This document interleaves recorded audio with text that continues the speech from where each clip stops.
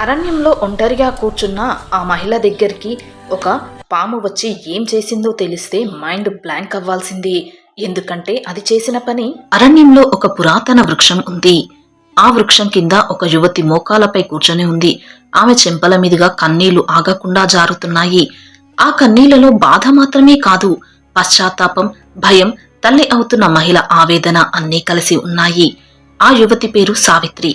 ఆమె ఇలా ఏడుస్తూ కూర్చోవడం యాదృశ్చికం కాదు. ఆమె లోపల ఏదో విరిగిపోయింది, మళ్ళీ ఏనాడు అతుక్కోలేనిది. అంతలో పొదల మధ్య ఒక చప్పుడు వినిపించింది. సావిత్రి తల ఎత్తి చూసింది.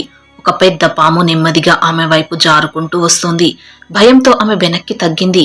లేచి పరిగెత్తబోతూ ఉండగా ఒక మనిషి స్వరంలో మాట వినిపించింది. ఆగమ్మ, భయపడకు, నిన్ను నేను ఏమీ చేయను.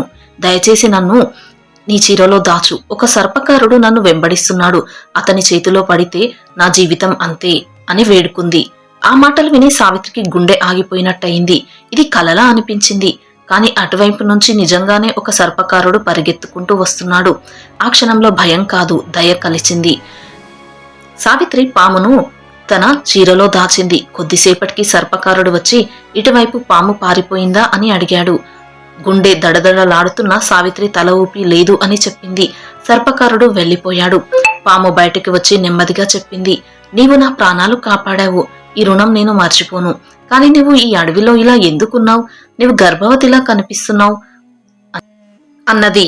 ఆ మాటలతో సావిత్రి కన్నీళ్లు మళ్లీ వెల్లువయ్యాయి. నేనే నా జీవితాన్ని స్వంతంగా నాశనం చేసుకున్నాను స్వతహాగా అని చెప్పి ఏడుస్తుంది.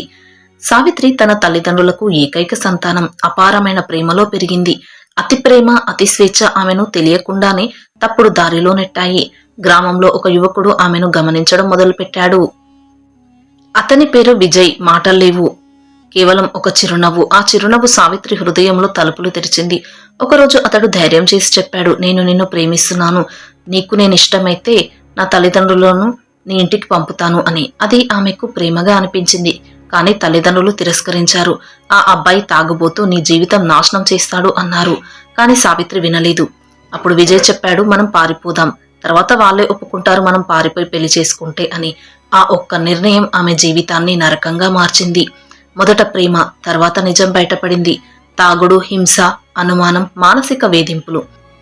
సావిత్రి గర్భవతి అయ్యింది.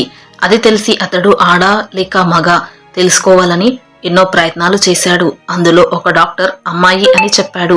దాంతో విజయ్ అరిచాడు, నాకు అమ్మాయి వద్దు, గర్భం తీసేయాలి అని. దాంతో సావిత్రి వద్దు, అలా చేయవద్దు అని వేడుకుంది. దానికి ప్రతిగా అతడు కొట్టడం, భయపెట్టడం, ఆసుపత్రికి లాక్కెళ్లడం మొదలైంది. దాంతో ఆమె భయంతో అతడి చేతుల్లో నుంచి పారిపోయింది. ఇక ఇంటికి వెళ్లే ధైర్యం లేదు, ప్రపంచం వైపు చూసే ధైర్యం లేదు. అరణ్యం మాత్రమే మిగిలింది. ఒక రాత్రి ఒంటరిగా వర్షంలో నొప్పులతో విలవిల్లాడింది. అప్పుడు అదే పాము వచ్చింది. ఆమె చుట్టూ తిరుగుతూ రక్షణగా నిలిచింది. ఆ రాత్రే ఆమెకు కుమార్తె పుట్టింది. ఆమె పేరు పెట్టింది రోషిణి అని, అంటే చీకట్లో వెలుగు. పాము చిరునవ్వుతో చెప్పింది, నన్ను గుర్తుపట్టలేదా? నీవు ఒకప్పుడు కాపాడిన పాముని నేను అని. సంవత్సరాలు గడిచాయి. ఒకరోజు పాము విజయ్ పిల్లలను తీసుకువచ్చింది. నీకు జరిగిన బాధ అతనికి తెలియాలి అంది. సావిత్రి ఆ పిల్లల అమాయకమైన ముఖాలను చూసింది. తల్లి గుండె స్పందించింది. వద్దు అంది. పాపం ఈ పాపలది కాదు, నేను ఎవరి పిల్లల్ని వారి తల్లి నుండి దూరం చేయను అని. అది విని ఆ రోజు పాము తల వంచింది. ఏళ్ల తర్వాత విజయ్ అనారోగ్యంతో, దరిద్రంతో అడవిలోకి వచ్చాడు. సడన్ గా సావిత్రిని చూశాడు, గుర్తుపట్టాడు. తన తప్పుకు క్షమించమన్నాడు. అప్పుడు సావిత్రి ప్రశాంతంగా చెప్పింది, ఇది దేవుడి తీర్పు, నేను క్షమించాను. కాని నా కూతురి జీవితంలో నీకు చోటు లేదు అని. విజయ్ కన్నీళ్లతో అక్కడి నుంచి వెళ్లిపోయాడు. ఒకరోజు పాము చెప్పింది, నీ కూతురు భవిష్యత్తు సురక్షితం కావాలి. నది దగ్గర ఖజానా ఉంది. ఆ ధనంతో నువ్వు రోషినికి కొత్త జీవితం ఇవ్వవచ్చును అని. మంచి భర్త, గౌరవం, శాంతి దొరికాయి రోషినికి. సావిత్రి ముఖంలో చివరకు ప్రశాంతత నిలిచింది.